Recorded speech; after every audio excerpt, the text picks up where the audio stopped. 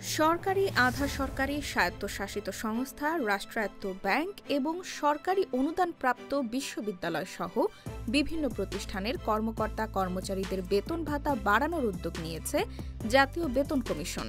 এ লক্ষ্যে আগামী ২৪ নভেম্বর সচিবালয়ে বিভিন্ন মন্ত্রণালয়ের সচিবদের সঙ্গে বৈঠক করবে কমিশন।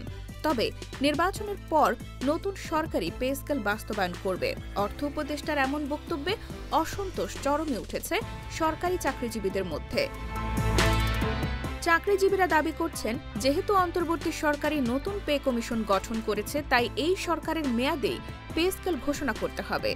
তারা জানিয়েছেন, ১৫ ডিসেম্বরের মধ্যে গ্যাজেট প্রকাশ না হলে কর্মসূচিতে যাওয়া ছাড়া তাদের আর কোনো পথ থাকবে না। ফলে বিষয়টি নিয়ে নতুন জটিলতা তৈরি হয়েছে। জাতীয় বেতন কমিশনের চেয়ারম্যান জাকির আহমেদ খানের সভাপতিত্বে ২৪ নভেম্বরের বৈঠকে বিদ্যমান বেতন ভাতা ও সুযোগ সুবিধা পর্যালোচনার জন্য সচিবদের মতামত নেওয়া হবে।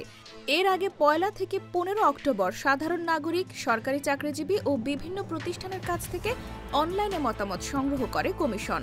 গত জুলাইয়ে ২৩ সদস্যের জাতীয় বেতন কমিশন ২০২৫ গঠন করে সরকার।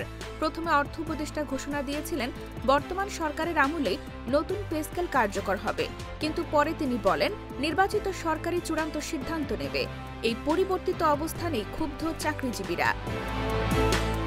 সচিবালয় কর্মকর্তা-কর্মচারী সংযুক্ত পরিষদের সভাপতি বাদিউল কবির ডেইলি ক্যাম্পাসকে বলেন, ৩০ নভেম্বরের মধ্যে কমিশনের সুপারিশ জমা না পড়লে চাপ আরও বাড়ানো হবে।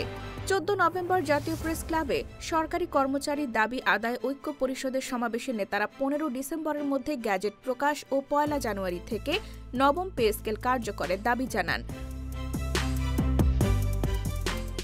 বাংলাদেশ কর্মচারী কল্যাণ ফেডারেশনের সেক্রেটারি খায়ের আহমদ মজুমদার ডেইলি ক্যাম্পাসকে বলেন, ১২টি কর্মচারী সংগঠন ইতোমধ্যে আন্দোলনের জন্য ঐক্যবদ্ধ হয়েছে।